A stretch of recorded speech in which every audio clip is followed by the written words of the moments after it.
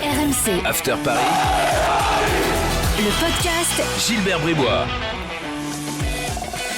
Chers supporters d'Ali Benarbia et de Kevin Trapp, bienvenue dans le podcast After Paris. 15 minutes de débat consacré à l'actu du PSG. Avec aujourd'hui Coach Courbis. Roland, bonjour. Salut les amis. Et avec Jimmy Brown. Salut Jimmy. Salut Gilbert, bonjour à tous. Des débats au programme comme toutes les semaines, évaluation après le match à Marseille. Alors dans nos débats aujourd'hui, Pochettino. Pochettino est-il à côté de la plaque ? Choix tactique, déclaration d'après-match, on va passer tout ça en revue. Que faut-il faire avec Neymar ? Très critiqué hier après sa rencontre, faut dire qu'en même temps il l'a bien cherché. Et puis on dira un mot de Messi avec cette question de Jimmy. A-t-on le droit d'être déçu par Messi ? Coach, on va en débattre tout de suite dans le podcast After Paris, c'est parti. Quel a été votre taulier du match d'hier, messieurs ? Côté parisien. Moi je vais te dire Marquinhos parce qu'il faut en sortir un. Je trouvais qu'ils ont été solides derrière, encore une fois la paire Marquinhos Kimpembe avec en plus Marquinhos. Encore une fois Kimpembe n'est pas hyper solide depuis quelques temps, mais bon. Oui, c'est pour ça que j'ai parlé de Marquinhos en taulier. C'est vraiment parce qu'il faut en sortir un, parce qu'encore une fois, comme on le disait la semaine dernière après le match à Angers, c'était une prestation compliquée du PSG. Moi je retiens très peu d'occasions de but très franches. Évidemment, ils ont été réduits à 10 en début de deuxième période, mais même à 10, on aurait pu espérer qu'ils développent un peu plus de jeu et qu'ils essayent d'aller chercher la victoire, et ça n'a pas été le cas. Donc oui, s'il y en a un à sortir, moi j'aurais dit Marquinhos. Le problème, c'est que j'en vois pas d'autres.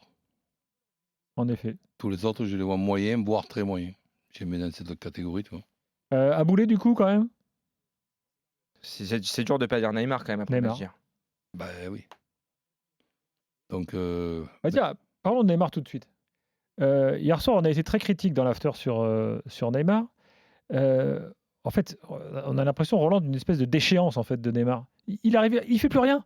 Il passe plus un dribble. Ouais, mais il est plus décisif. là, ce Neymar dit... Tu sens que physiquement, il n'y est pas. Non, mais ce Neymar d'hier, les amis, je crois qu'on l'a depuis le début de la saison. Le Neymar d'hier, il y a quand même une différence avec le Neymar du début de la saison, c'est qu'il relevait de blessures. Donc je pensais, moi, et ça n'a pas été le cas, je pensais déjà que c'était pas sûr qu'il soit titulaire et que dans le cas qu'il allait être titulaire, comme ça a été le cas, ben je voyais plutôt une espèce de faux numéro 9 pendant 60 minutes et qu'il soit déjà au courant qu'à la 60e minute, il aille prendre une bonne douche. Donc je me voyais pas... Un Neymar de partout et nulle part, et en plus faisant la gueule comme s'il était surpris de sortir dans les 20 dernières minutes. Même pas le dernier quart d'heure. Il y a beaucoup de choses qui m'échappent. De la même façon, voir Di Maria sortir avant Neymar, et Neymar ne pas être au courant. Pochettino a fait de la politique, en fait. Mais de la politique, c'était plus simple de dire à Neymar, tu joues 60 minutes et que tout le vestiaire soit au courant que Neymar, à 60 minutes, a joué contre l'Olympique de Marseille. Tu mets pas un coup sur la tête de Di Maria pour garder Neymar quelques minutes de plus. Là, c'est vraiment des conneries, on en fait tous. Mais là, on dirait qu'il le fait exprès. Et Pochettino a fait de la politique jusque dans l'après-match, puisque lui, il dit non, Neymar a fait un très bon match. J'étais très content de sa prestation. Ça, on va reparler de Pochettino, parce que là, à la fin. lui n'était pas dans son match non plus, en l'occurrence. Là, clairement pas. Mais sur Neymar, moi, il y a une action qui est très révélatrice, je trouve. C'est sur le but refusé à l'Olympique de Marseille en début de match. Je ne sais pas si vous vous souvenez de cette action. Il y a Nuno Mendes et Neymar qui sont en 2 contre 1 sur le côté. Ils perdent le 2 contre 1 et derrière, sur le replacement défensif, ils se rendent carrément les deux dedans. C'était une action vidéo gag limite, où tu vois à quel point Neymar est désorienté. C'est quelque chose que tu vois très rarement quand même à ce niveau-là. Les deux, ils se rentrent dedans, ce qui fait que Lirola a un boulevard. Il met le centre ensuite sur Milik. Heureusement pour le PSG, ça se joue à quelques centimètres. Le but est refusé. Ça se joue, je crois, 6 centimètres. Mais alors, autre chose, en plus, on n'a pas l'impression d'un Neymar qui se révolte. C'est-à-dire que tu le sens un peu résigné. Tu vois, alors, il sort avec son éternel sourire. Voilà, t'as envie de lui dire, hey, mec, je sais pas, fais un truc, quoi. Montre de quoi t'es encore capable. Tu sens qu'il est résigné. Vous n'avez pas ce sentiment-là ? Ah ben non, évidemment qu'il n'a pas une tête de gladiateur. Ça c'est sûr. Mais bon, je te dis, là, hier, c'était un petit peu différent que depuis le début de la saison. Il relevait de blessures. Et il y a quelque chose qui est révélateur dans les attitudes, c'est que sur les coups de pied arrêtés, notamment les corners, on voyait qu'il recevait plein de projectiles pendant tout le match. D'un côté, tu as Neymar qui attendait 1 minute 30 à chaque fois avant de jouer un corner, que tout le monde se replace, etc. Et de l'autre, tu avais Messi qui recevait des boulettes de papier, etc. et qui jouait les corners très vite, qui s'en souciait très peu en fait, qui voulait essayer d'accélérer le jeu. Tu notes une différence d'attitude entre les deux qui est assez flagrante là-dessus. Absolument. Comment faire maintenant, Roland ? Le foot sur le banc quelque temps T'as l'impression que c'est pas possible en fait, qu'il faut qu'ils soient tous là les mecs forcément. Et d'avoir déjà une discussion avec lui, et comme moi je te dis, des bonnes solutions quand il n'y en a pas, il y a une astuce ou une habitude, c'est de trouver la moins mauvaise. La moins mauvaise, puisqu'il n'y a pas de numéro 9 dans cette équipe et qu'Mbappé n'est pas un numéro 9, d'essayer de voir si ce n'est pas la moins mauvaise solution de faire jouer Neymar à la pointe de ce quatuor. Jimmy, tu dis quoi toi ? On en sur le banc ? Moi, franchement, je pense qu'on va peut-être en parler sur Pochettino dans quelques instants, mais je pense que les 4 ensemble, ça ne peut pas fonctionner, du moins en l'état. Ou à la limite, si tu veux mettre les 4 ensemble, autant les mettre chacun dans leur position préférentielle, c'est-à-dire Di Maria sur le couloir droit, parce qu'il a jamais joué, il a très très peu joué à gauche depuis qu'il est au PSG, depuis ses jeunes années. Messi, qui est comme une âme en peine sur ce côté droit, tu le remets dans une position de numéro 10, où il va plus participer au jeu. Et d'ailleurs, les quelques occasions du PSG hier en première mi-temps, c'est quand Messi revient dans l'axe et crée des décalages, notamment avec l'aide de Verratti. Mbappé sur le couloir gauche, même si c'est un poste où il n'aime pas jouer, on sait qu'il est rarement aussi fort que quand il part du côté gauche pour rentrer sur son pied droit et marquer. Et auquel cas, tu mets Neymar dans une position de numéro 9 qui lui permet peut-être de retrouver confiance face au but. Encore qu'hier, il a une occasion quand même assez énorme à la demi-heure de jeu et il bute sur Pau Lopez. Ce qui est inquiétant, c'est que même techniquement, en fait, physiquement, tu peux être moins bien, etc. Mais même techniquement, on sent qu'il n'arrive plus à passer, qu'il n'arrive plus à avoir ce geste juste, cette finition, cette passe à 5-10 mètres qui ratait jamais il y a encore quelques temps, et qu'il n'arrive plus à passer. Il y a de quoi être inquiet, ça c'est sûr. Parlons de Pochettino tout de suite. C'est parti. Oui, parce que alors, Pochettino, c'est assez désarçonnant quand même. Donc, les choix tactiques, les déclarations d'après-match, tu peux pas te pointer et nous dire comme ça que tu es content de Neymar. On peut dire c'est pas possible. Les explications d'avant. Alors tout, en fait tout. Est-ce que vous avez eu le sentiment là que sur l'ensemble de la gestion de OM-PSG, il était à côté de la plaque, coach ? Disons que je le regarde avec beaucoup d'attention et beaucoup de curiosité aussi depuis son arrivée, pas seulement depuis 15 jours. Et donc, je me demande s'il a fait vraiment le bon choix, si le Paris Saint-Germain n'est pas trop haut pour lui et ses habitudes. J'ai l'impression qu'il ne maîtrise pas les situations et que, bon, il y a quand même des solutions à trouver. Et ces solutions-là, je ne le vois pas les trouver très souvent. Hier, par exemple, on essaye un petit peu de comprendre. Tu as eu une équipe qui n'a pas marché. Quand tu es allé à Rennes, c'était derrière un match qui était un match avec une grande satisfaction, la victoire contre City. Bon, tu rates le match de Rennes dans une formule avec notamment les deux latéraux. Donc tu veux récompenser pratiquement l'équipe qui a battu City. Pourquoi pas ? Mais bon, quand tu es l'effectif de Paris Saint-Germain, que tu vas dire, pour le match de Rennes, il y aura 4 ou 5 changements, ou le dire même avant, qu'il y aura 4 ou 5 changements, quel que soit le résultat de City. Bon, bref, ça n'a pas marché.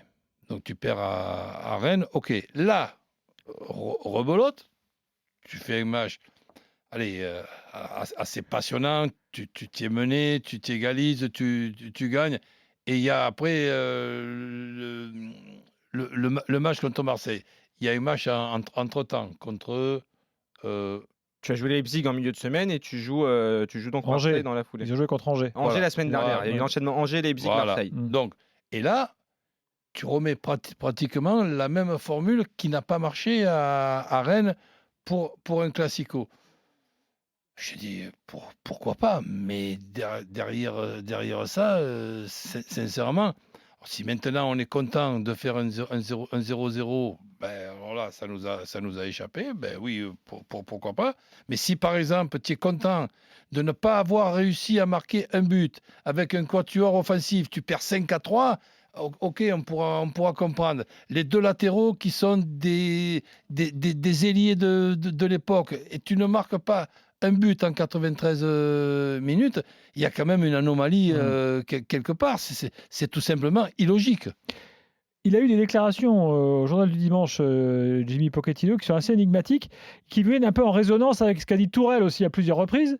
Il a encore dit Tourelle à un média italien ce week-end, il a dit au PSG, j'avais l'impression d'être ministre des Sports, il fallait gérer les joueurs, l'entourage des joueurs. En gros, être entraîneur du PSG aujourd'hui, tu as l'impression qu'en fait, il n'y a personne qui y arrive. Emery n'y est pas arrivé.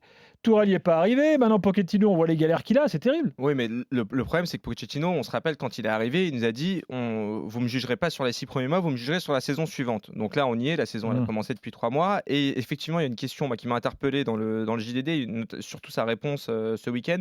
La question du journaliste, c'est Hugo Lloris a raconté qu'à Tottenham, vous réclamiez un niveau d'intensité supérieur à l'entraînement par rapport au match. Est-ce aussi le cas à Paris? La réponse de Pochettino est très révélatrice. Il dit en un tour d'horizon, tu comprends ce que tu peux tirer d'un groupe. Tu sens la capacité d'adaptation et l'implication de chacun.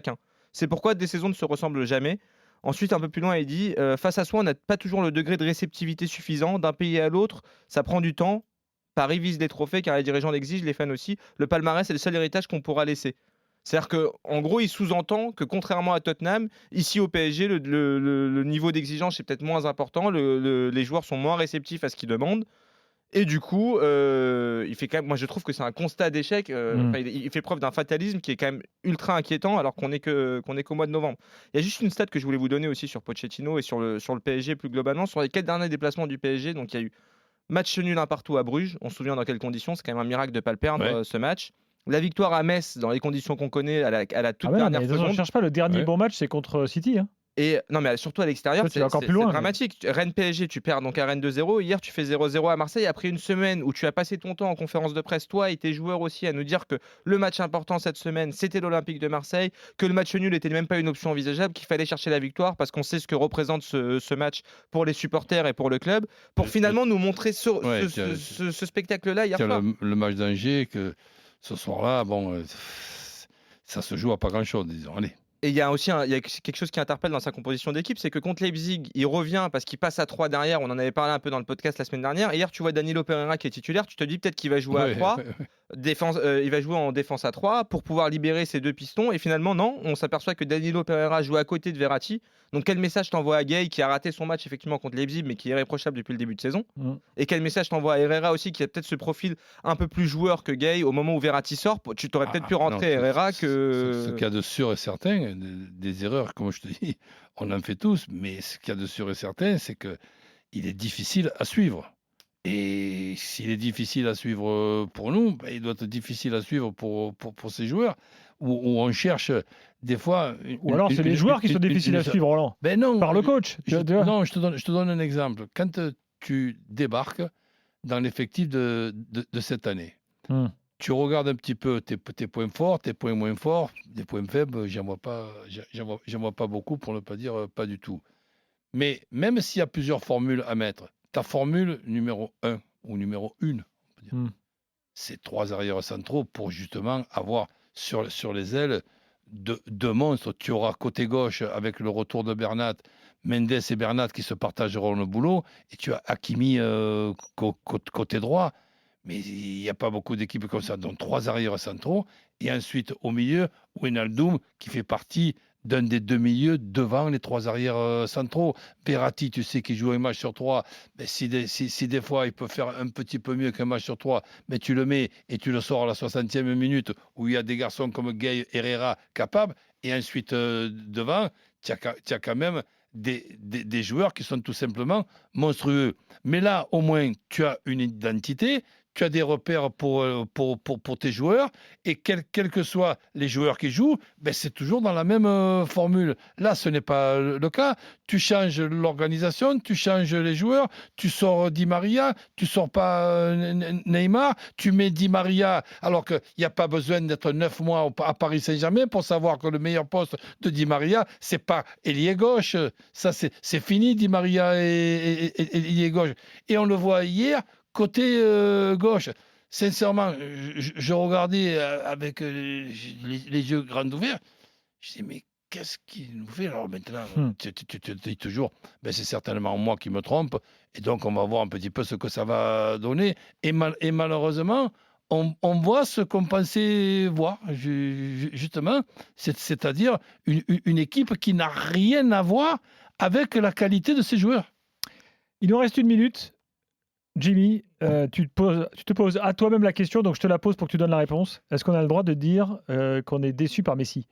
Depuis son arrivée au PSG, force est de constater que malheureusement, oui, moi c'est mon joueur préféré. Léo Messi, toute période confondue, depuis que je suis le foot, c'est le joueur qui m'a le plus fait rêver. Et son talent est évidemment pas en cause. Juste 2 petits chiffres à vous donner. Depuis qu'il est arrivé au PSG, il a réussi 18 dribbles en 550 minutes, toutes compétitions confondues.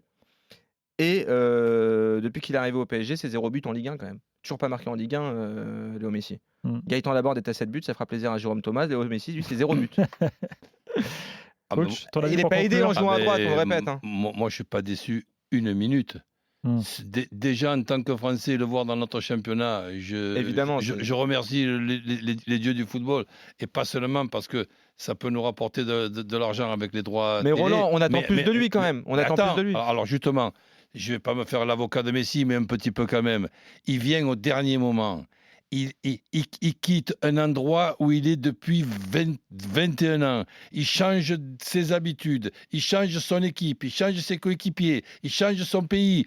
Eh bien, c'est vrai que depuis qu'il est arrivé, on n'a pas vu du grand Messi. Laissons-le terminer l'année civile et on verra à partir du mois de janvier si, justement, il n'aura pas été logique qu'un Messi puisse avoir une période lui aussi d'adaptation. C'est un monstre, c'est un joueur extraordinaire, mais c'est un être humain quand même, heureusement. Messieurs, merci beaucoup. Le prochain podcast After Paris, ce sera dès la semaine prochaine. Bye bye. RMC After Paris. Le podcast Gilbert Bribois.